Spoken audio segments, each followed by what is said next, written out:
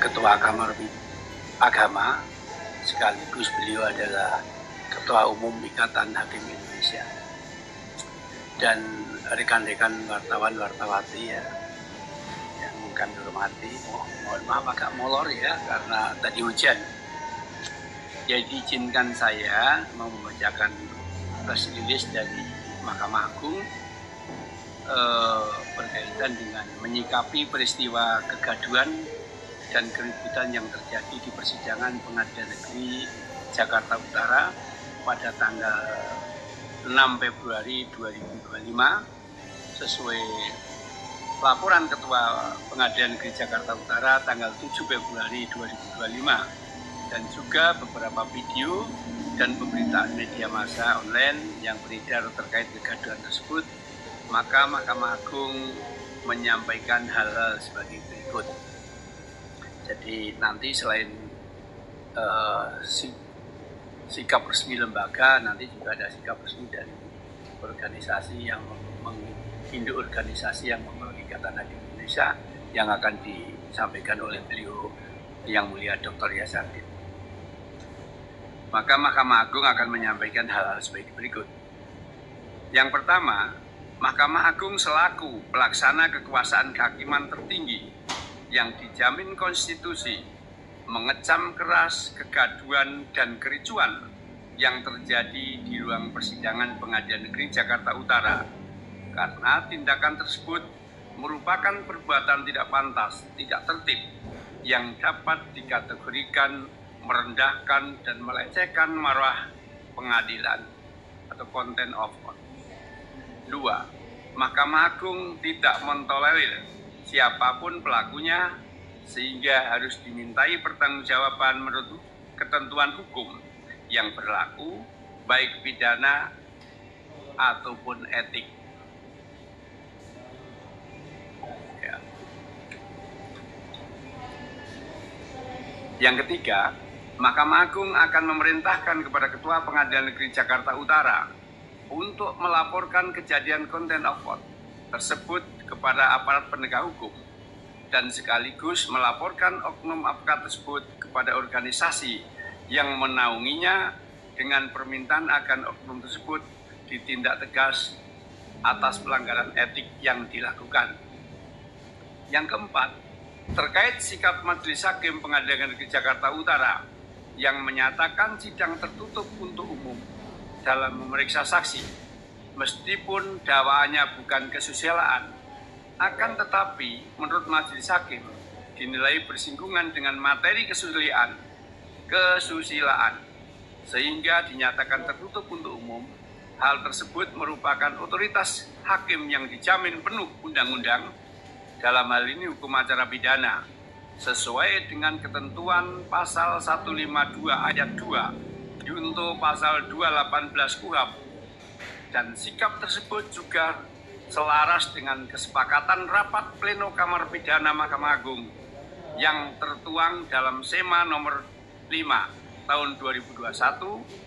Hal tersebut dilakukan semata-mata untuk memberikan perlindungan dan penghormatan atas harkat dan martabat kemanusiaan yang harus dijunjung tinggi dalam perkara tertentu.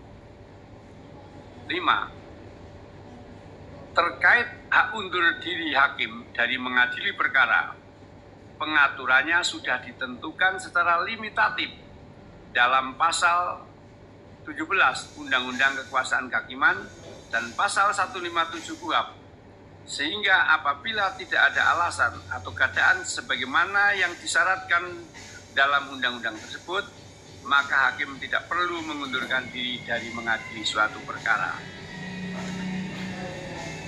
Yang keenam, bahwa dalam pasal 3 junto pasal 6 ayat 3 Perma 5 tahun 2020 tentang protokol persidangan dan keamanan dalam lingkungan pengadilan di persidangan, Ketua Majelis Hakim memiliki kewenangan untuk memimpin dan mengendalikan jalannya persidangan guna tertib persidangan, sehingga apabila ada para pihak di persidangan yang membuat kegaduhan atau menimbulkan kegaduhan, maka Ketua Majelis Hakim dapat memerintahkan agar para pihak atau pihak-pihak yang membuat kegaduhan dikeluarkan dari ruang sidang. Yang ketujuh, ke depan Mahkamah Agung berharap agar kejadian serupa tidak terulang lagi demi menjaga marwah dan wibawa pengadilan Indonesia yang bermartabat serta menjaga kehormatan dan kewibawaan hakim Indonesia dalam menjalankan tugas untuk menegakkan hukum dan keadilan yang dijamin konstitusi. Jakarta, 10 Februari 2025, juru bicara Mahkamah Agung yang Sahabat-sahabat, sebagai pengacara batak tembak langsung, saya memberikan apresiasi terhadap Mahkamah Agung yang sudah memberikan konferensi pers terkait kejadian kericuhan di persidangan Pengadilan Negeri Jakarta Utara beberapa waktu yang lalu.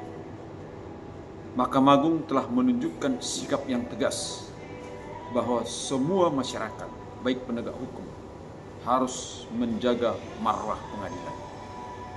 Dan Mahkamah Agung memberikan ketegasan bahwa alasan untuk memindahkan atau mengalihkan peradilan yang dibuka dan terbuka untuk umum menjadi peradilan yang tertutup untuk umum karena ada substansi terkait masalah privat, yaitu masalah asusila, maka hal tersebut dianggap tidak menyalahi ketentuan hukum acara pidana. Sahabat-sahabat, tentu kita mendengar berita selanjutnya bahwa sang advokat telah ditindak tegas dari organisasinya. Namun sahabat, karena banyaknya organisasi advokat, maka sanksi itu seperti tidak dirasakan karena sang advokat bisa berpindah dari satu organisasi advokat kepada organisasi advokat. Kita sebetulnya berharap agar Mahkamah Agung memberikan penegasan bahwa advokat yang sudah melakukan tindakan-tindakan misalnya dianggap contempt of court atau advokat yang sudah diberikan sanksi oleh organisasinya, maka harusnya semua peradilan di bawah lingkungan Mahkamah Agung harus juga menindaklanjuti putusan tersebut untuk tidak menerima sang advokat berpraktek selama menjalani sanksi baik yang dilakukan organisasi advokat ataupun yang diberikan oleh pengadilan atau Mahkamah Agung, agar ada sanksi yang tegas dan nyata yang membuat tindakan-tindakan para praktisi hukum atau para penegak hukum atau masyarakat tidak lagi melakukan perbuatan-perbuatan yang serupa di kemudian hari.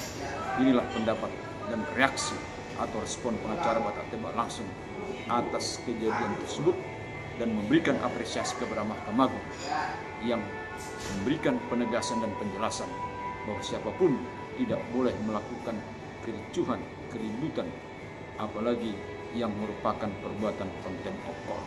Salam bagi semua advokat Indonesia. Mari kita jaga marwah advokat itu agar kita tetap dianggap sebagai profesi atau yang menjalankan profesi yang mulia dan sebagai orang-orang yang dianggap menjadi primus inter pares.